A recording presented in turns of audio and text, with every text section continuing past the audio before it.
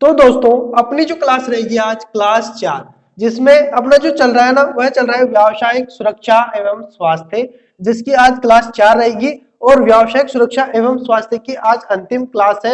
इसके बाद जो पांचवी क्लास आएगी वह इसके क्वेश्चन से संबंधित आएगी। उसमें टोटल क्वेश्चंस करवाए जाएंगे जो मोस्ट इंपोर्टेंट इस टॉपिक से रहेंगे। तो उस क्लास को बिल्कुल भी आप न छोड़िएगा, उसको जरूर देखिएगा। इसमें अपना जो टॉपिक चलेगा वह चलेगा प्राथमिक उपचार सुरक्षा अभ्यास। ठीक है, लास्ट टॉपिक है ये। प्राथमिक उपचार क्या है दोस्तों? प्राथमिक उपचार क्या होता है? कहीं पर भी अपन किसी भी कारखाने में अपन काम कर रहे हैं या अपने घर पर ही कोई भी काम कर रहे हैं, उसी के साथ दुर्घटना हो जाती है।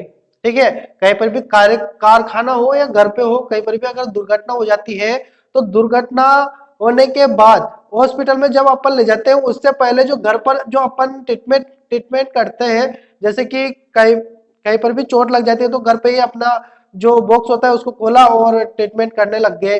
कोई भी मतलब घर पे जो अपन क्रिया करते हैं ना हॉस्पिटल ले जाने से पहले, उसको बोलते हैं अपन प्राथमिक उपचार। ठीक है, तो क्या क्या ट्रीटमेंट होते हैं दुर्घटना होने के बाद हॉस्पिटल में ले जाने से पहले? तो दोस्तों सबसे पहले जो इसमें आएगा वह आएगा प्राथमिक उपचार में प्रयुक्त सामग्रियां। क्या क्या आपको आवश्यकताएं पड़ेगी, किन किन चीजों की प्राथमिक उपचार के लिए आवश्यकता पड़ेगी चीजों की, और दवाएं क्या क्या चाहिए, तो इनको अपन डिटेल्स में पढ़ते हैं। आपके स्क्रीन पर पेज आएगा, उसको अपन डिटेल्स में पढ़ते हैं।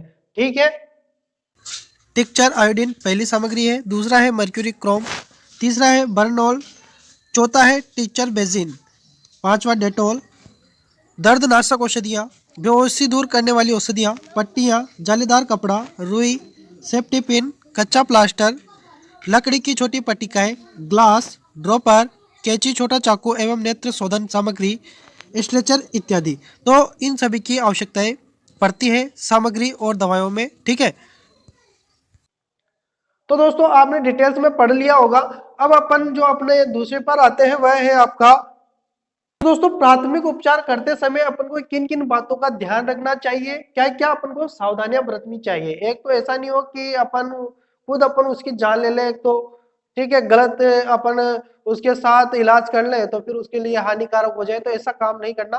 तो क्या क्या अपन को सावधानियां रखनी है इसके बारे में अपन डिटेल से पढ़ते हैं। पहला है दुर्घटनाग्रस्त व्यक्ति को दुर्घटना स्थल से तुरंत हटाकर दूसरे स्थान पर आराम की स्थिति में लेटाए अथवा बैठाए। ठीक है, इसके बाद क्या करना चाहिए अपन को कि पीड़ित के चारों ओर से भीड़ हटा दे जिससे कि उसे स्वच्छ वायु मिल सके। इसके बाद आपको क्या सावधानी बरतनी है कि पीड़ित के मुंह से नकली दांत, पान, तंबाकू आदि निकाल दे जिससे कि उसे श्वास लेने में क्या हो, कठिनाई न हो। इसके बाद आप क्या करोगे, तो इसके बाद आपको करना है कि विद्युत झटके से पीड़ित व्यक्ति के शरीर पर पड़े छालों अथवा जले अंगों को स्वच्छ कपड़े अथवा कागज से ढक दे जिससे कि उन पर मक्खी मच्छर आदि न बैठे और पीड़ित के शरीर में अन्य बीमारियां न फैला सके। इसके बाद आपको क्या करना है कि पीड़ित यदि कमरे में हो तो खिड़की दरवाजे आदि खोल दे जिससे कि स्वच्छ वायु का निर्बाध आवागमन हो सके। उसी के साथ आपको करना क्या है कि पीड़ित को सर्दी से बचाने और उसे पलंग, दरी, चटाई आदि पर लिटाकर कंबल ओढ़ा दें, परंतु उसका मुंह उगड़ा रहे। पीड़ित को पलंग, दरी आदि पर लिटाने से उसके शरीर में एकत्र विद्युत धीरे धीरे विसर्जित हो जाती है। जैसे ही कोई विद्युत करंट के संपर्क में आ जाता है ना, तो उसमें विद्युत रह जाती है, तो उसको क्या है कि अपन पलंग, दरी, चटाई पर सुलाएंगे तो वह जो विद्युत है ना वो धीरे धीरे क्या हो जाएगी, विसर्जित यानी कि निकल जाएगी। इसके बाद आपको क्या करना है कि पीड़ित को यदि सांस लेने में कठिनाई प्रतीत होती हो तो कृत्रिम श्वास प्रक्रिया प्रारंभ कर दें। ठीक है, यानी कि आप जो भी अपनी श्वास की प्रक्रियाएं हैं जो अभी अपन पढ़ेंगे वह आप करने लग जाएं, उसको श्वास देने की कोशिश करें। अगला जो है वह है यदि दुर्घटनाग्रस्त व्यक्ति मृत प्रतीत हो रहा हो यानी कि मरने जा रहा हो तब भी उसका प्राथमिक उपचार तब तक करना चाहिए जब तक कि चिकित्सक उसे मृत घोषित न कर दे। जैसा कि आपको लग रहा हो कि यह तो मरने वाला है या मर चुका है, लेकिन तब भी आपको वहाँ तक उसका उपचार करना चाहिए जब तक कि डॉक्टर आकर उसको मृत घोषित न कर दें। ठीक है, इसी के साथ आगे जो कि है यदि व्यक्ति विद्युत आघात लगने के कारण बेहोश हो गया हो, अर्थात उसकी श्वसन प्रक्रिया कुछ समय के लिए बंद हो गई हो, परंतु हृदय की धड़कन चल रही हो, तो उसे कृत्रिम श्वास देने की प्रक्रिया आरंभ कर देनी चाहिए। कि यदि व्यक्ति विद्युत आघात लगने के कारण बेहोश हो गया हो, ठीक है, उसी के साथ उसकी श्वास जो है ना वो रुक रुक के चल रही है, धड़कनें चल रही है, लेकिन श्वास बंद हो गई हो और धड़कन चल रही हो, तो भी आपको क्या है, कृत्रिम श्वास का प्रयोग करके उससे श्वास देना चाहिए। तो यह बातें थी जो दुर्घटना के बाद और चिकित्सक नहीं आए उससे पहले, डॉक्टर नहीं आए उससे पहले आपको इन सावधानियों को बरतनी चाहिए और यह प्रक्रिया आपको घर पे कर लेनी चाहिए। तो दोस्तों अब अपन आते हैं कृत्रिम श्वास प्रक्रिया पर। कृत्रिम श्वास प्रक्रिया क्या है दोस्तों? यह मुख्यतः 4 प्रकार की होती है, 4 इसके प्रकार हैं। तो दोस्तों का पहला है सिल्वेस्टर विधि, ठीक है। दूसरा जो है वह है शेफर विधि।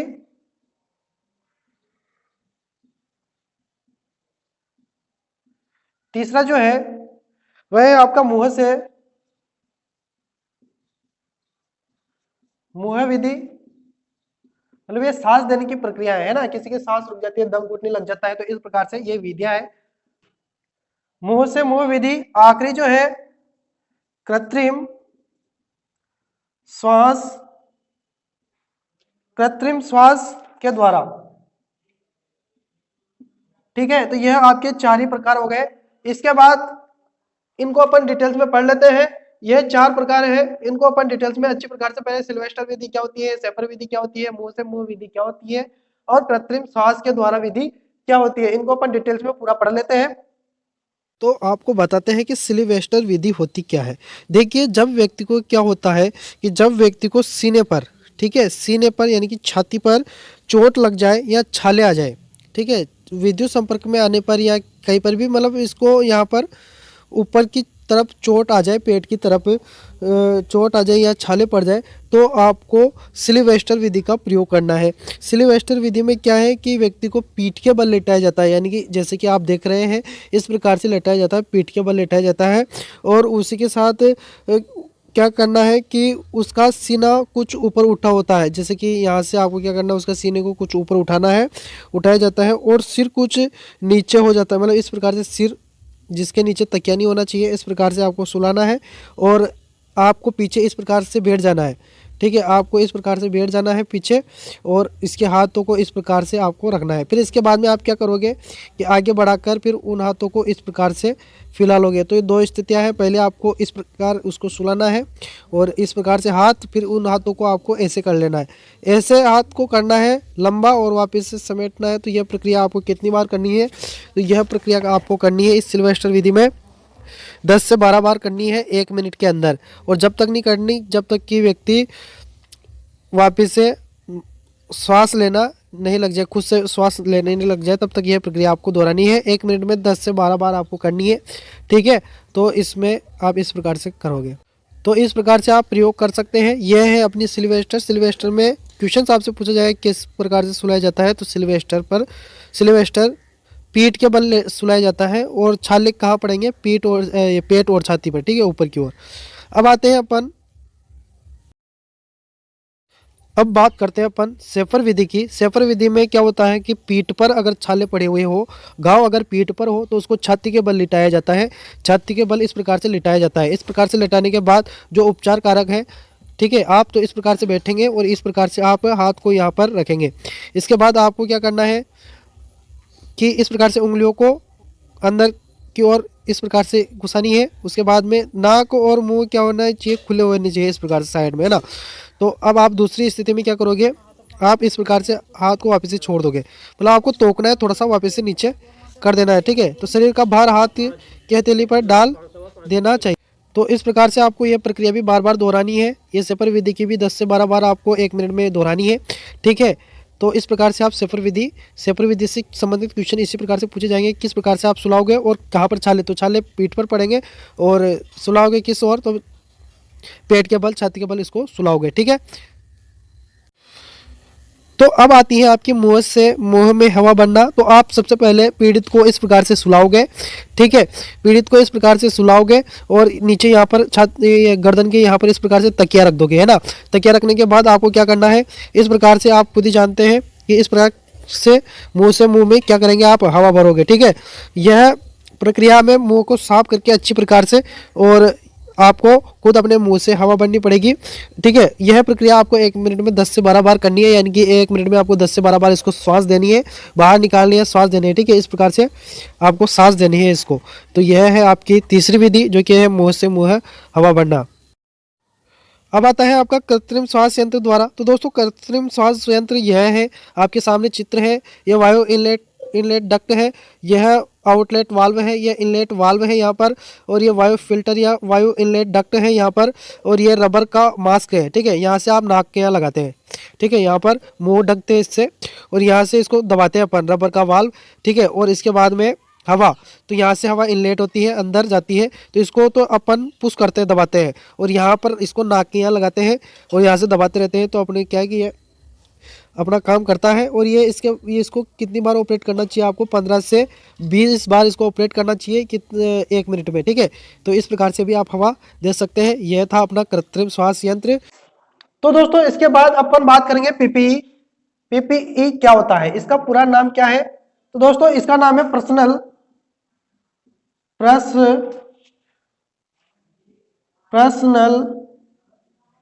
Protective equipment.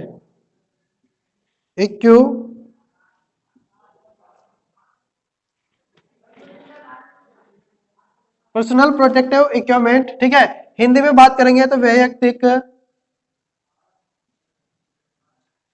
रक्षक उपकरण। पीपीई का पूरा नाम पर्सनल प्रोटेक्टिव इक्विपमेंट इंग्लिश में और हिंदी में है वैयक्तिक रक्षक उपकरण।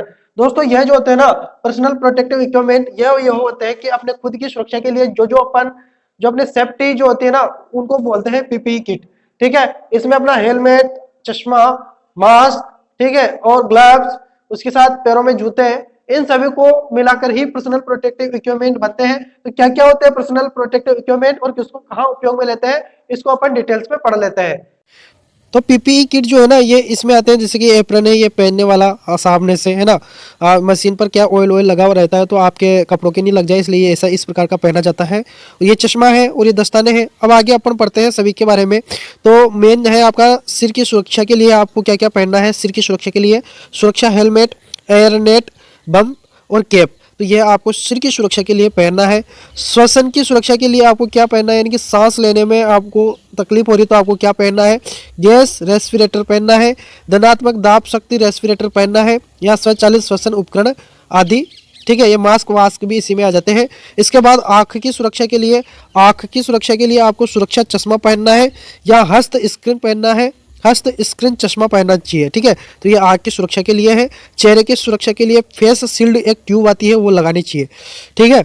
इसके बाद श्रवण की सुरक्षा यानी कि सुनने की सुरक्षा के लिए यानी कानों के लिए तो आपको ईयर वाल्व लेना चाहिए, ईयर वाल्व लगाना चाहिए या मफ लगाना चाहिए या ईयर प्लग लगाना चाहिए। त्वचा की सुरक्षा के लिए बैरियर क्रीम आती है वो लगानी चाहिए। और शरीर की सुरक्षा के लिए डंकी जैकेट आता है, पूरे शरीर के लिए, है ना। तो डंकी जैकेट आता है उसको पहनना चाहिए या कोट पहनना चाहिए या एप्रन कोट जो मैंने अभी बताया था, और बॉडी वार्मर यह पहनना चाहिए, ठीक है। साथ अगला जो है वह है कि हाथ और भुजा की सुरक्षा के लिए तो फाइबर, दस्ताने, पीवीसी का पूरा नाम polyvinyl chloride, fabric, gloves, sleeves, arm protector या और भी कई, तो इस प्रकार के आपको हाथ या भुजा की सुरक्षा के लिए पहनना चाहिए। आगे जो है अंतिम वह है पैर की सुरक्षा के लिए आपको क्या करना है, तो सुरक्षा बूट पहने, जूते पहने, पैर ढकने की पट्टी पहने या एंकिलेट्स पहने। तो दोस्तों यह थे आपके वैयक्तिक रक्षक उपकरण, पर्सनल प्रोटेक्टिव इक्विपमेंट यानी कि पीपीई किट्स, ठीक है। तो दोस्तों यहीं पर ही अपनी क्लास समाप्त होती है, क्लास 4। इसके बाद जो क्लास 5 आएगी वह भी आएगी वैयक्तिक सुरक्षा एवं स्वास्थ्य के ऊपर, लेकिन उसमें इस प्रकार थ्योरेटिकल क्लास नहीं रहेगी। उसमें आपके जो इस व्यावसायिक सुरक्षा एवं स्वास्थ्य से संबंधित जितने क्वेश्चंस रहते हैं महत्वपूर्ण, वह क्वेश्चंस उस क्लास में यानी क्लास 5 में करवाई जाएगी। उस क्लास को बिल्कुल भी मत छोड़ेगा, वह क्लास आपके लिए बहुत महत्वपूर्ण रहेगी। ठीक है, किस प्रकार के क्वेश्चंस पूछे जाते हैं इस टॉपिक से संबंधित, तो वह क्वेश्चंस अपन उसमें हल करेंगे दोस्त। इसी के साथ दोस्तों एक बात यह है कि हमने हमारे चैनल का नाम चेंज कर दिया है, पहले बी गोल्ड ITI था, अब हमने बी गोल्ड क्लासेस कर दिया है, तो इसमें आपको कोई दिक्कत नहीं होनी चाहिए दोस्तों। इसी के साथ आपने चैनल को अभी तक सब्सक्राइब नहीं किया है, आप हमारे चैनल पर पहली बार आए हैं तो चैनल को सब्सक्राइब कर लें, ताकि आपको हमारे द्वारा जो भी वीडियो अपलोड किए जाते हैं उनका नोटिफिकेशन आपको मिल जाए। उसी के साथ हमारा टेलीग्राम चैनल भी है, वहां पर आप जरूर ज्वाइन हो जाना। कोई भी नोट्स होता है, कोई भी जानकारी होती है, हम वहाँ सबसे पहले शेयर करते हैं, और कोई भी वीडियो हम यूट्यूब पर अपलोड करते हैं तो उसको टेलीग्राम पर शेयर करते हैं, ताकि क्या होता है कि कभी कभार यूट्यूब का जो नोटिफिकेशन होता है ना, वो आप तक नहीं पहुंच पाता, तो वहां पर आपको नोटिफिकेशन मिल जाएगा, वीडियो मिल जाएगा, वीडियो का लिंक मिल जाएगा, तो वहां से आप देख सकते हैं। ठीक है, पढ़ते रहिए, हंसते रहिए, मुस्कुराते रहिए, खेलते रहिए, और घर पे रहिए। कॉलेज जाते हो तो कॉलेज जाते रहिए, पढ़ते रहिए। ठीक है दोस्तों, तो यहीं पर ही अपन क्लास को समाप्त करते हैं, नेक्स्ट क्लास में अपन मिलते हैं, तब तक के लिए जय हिंद।